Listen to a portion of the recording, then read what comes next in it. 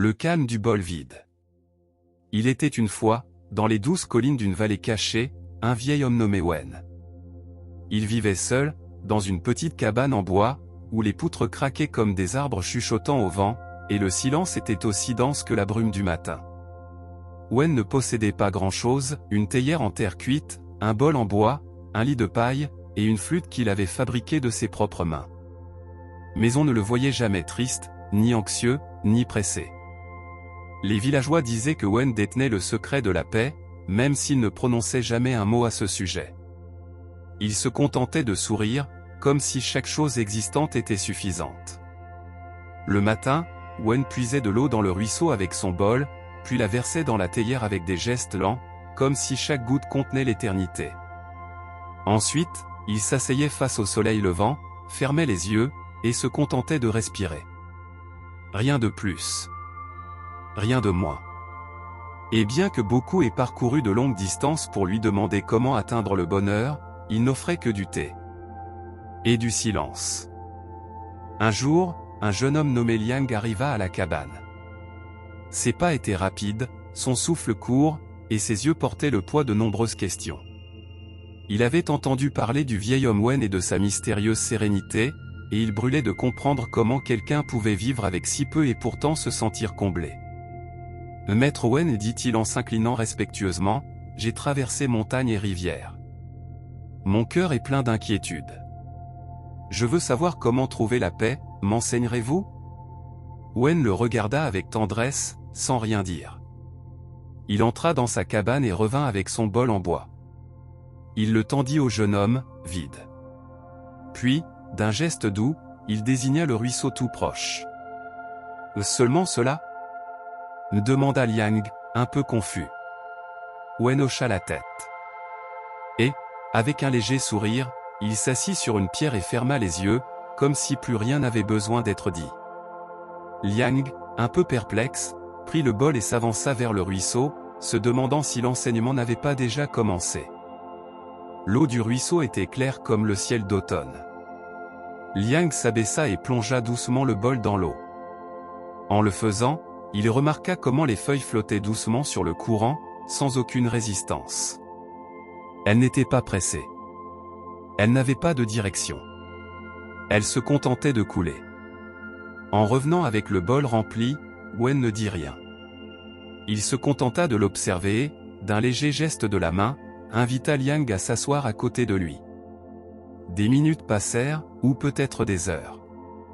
Le silence enveloppait tout, comme une couverture chaude. Liang commença à s'impatienter. Il espérait des paroles sages, des instructions, une formule secrète qui lui révélerait le chemin de la paix.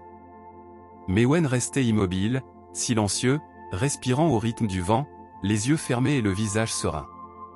Finalement, le vieil homme ouvrit les yeux, regarda le bol entre les mains du jeune homme et demanda doucement. « Est-il plein » Liang regarda l'eau et répondit. « Oui, maître. Plein d'eau fraîche. » Wen hocha la tête, et dit. « Quand le bol est plein, il ne peut rien recevoir de plus. » Puis il referma les yeux. Liang ne comprit pas tout à fait, mais quelque chose en lui commença à s'apaiser. La journée s'écoula sans un mot. Le soleil traversa lentement le ciel, et les ombres des arbres s'allongèrent sur la terre comme des pensées qui se dissolvent dans l'esprit. Liang resta auprès de Wen, observant, écoutant, sans savoir exactement ce qu'il devait apprendre, et pourtant, il commençait à se sentir différent. Lorsque le ciel se teinta d'orange, Wen se leva et entra dans sa cabane. Peu de temps après, il revint avec 2 petites tasses et la théière fumante. Il servit le thé d'une main ferme, en silence, sans précipitation. Liang l'observa, intrigué par chaque geste. La manière dont il versait le thé était si lente, si complète, que cela semblait un acte sacré. Le maître osa-t-il demander, « Pourquoi ne m'enseignez-vous pas avec des mots ? Pourquoi ce silence ?» Wen sourit et montra la vapeur qui montait de la tasse.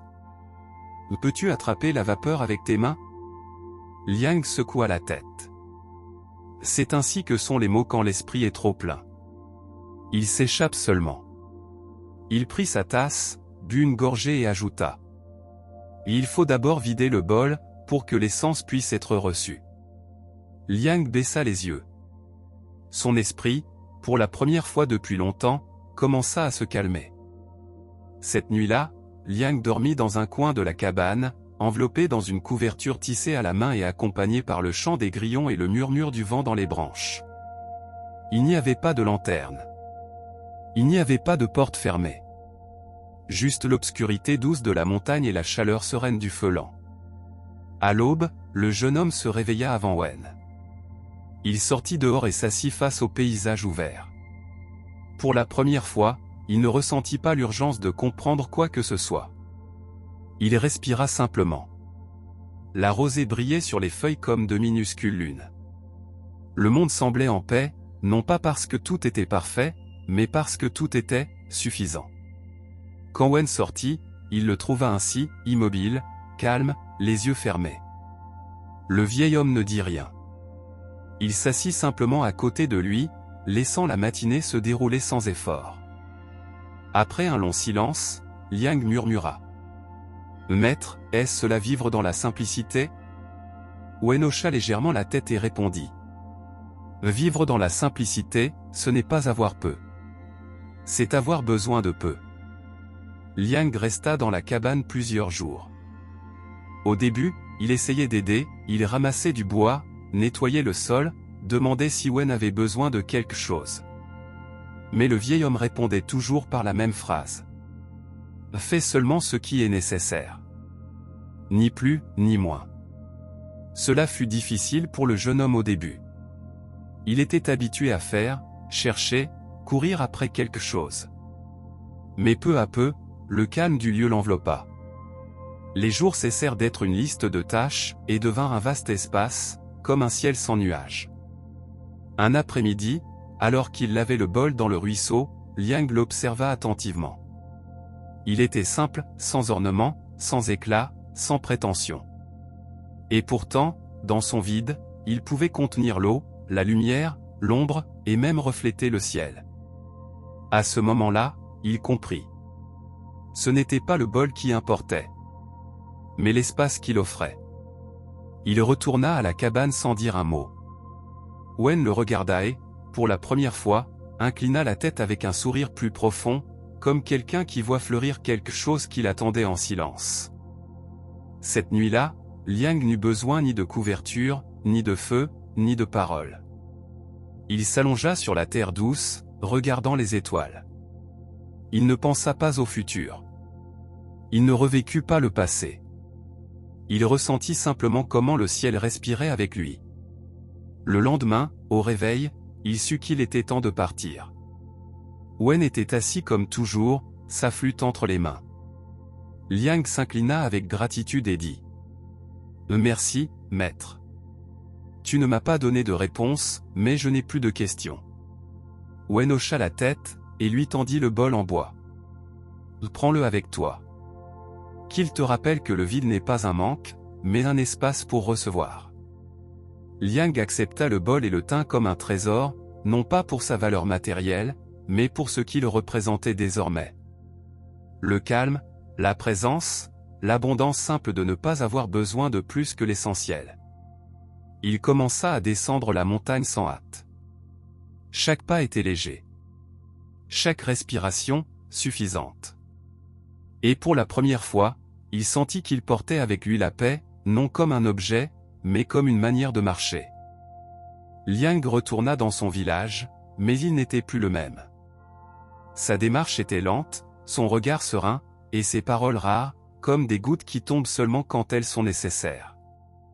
Il ne parlait pas beaucoup de son temps passé avec le maître Wen. Il posa simplement le bol vide sur une étagère près de la fenêtre, où la lumière du matin pouvait le remplir chaque jour. Il ne s'en servait pour rien, et pourtant, il était toujours plein. De silence. D'espace. De paix. Avec le temps, d'autres commencèrent à remarquer quelque chose de différent chez Liang. Il ne se précipitait plus. Il ne rivalisait pas. Il ne se plaignait pas. Quand on lui demandait son secret, il souriait simplement et offrait une tasse de thé. Et si le visiteur avait de la patience, parfois, dans le silence entre chaque gorgée, quelque chose de profond se révélait. Parce que dans la simplicité, disait Liang en regardant le bol, on ne perd rien. On découvre seulement qu'on avait déjà tout. Et ainsi, dans un village comme un autre, l'écho du Tao continua son voyage. Non pas dans les mots, mais dans la présence tranquille d'un jeune homme qui avait appris à vivre comme l'eau, sans effort, sans excès, sans peur.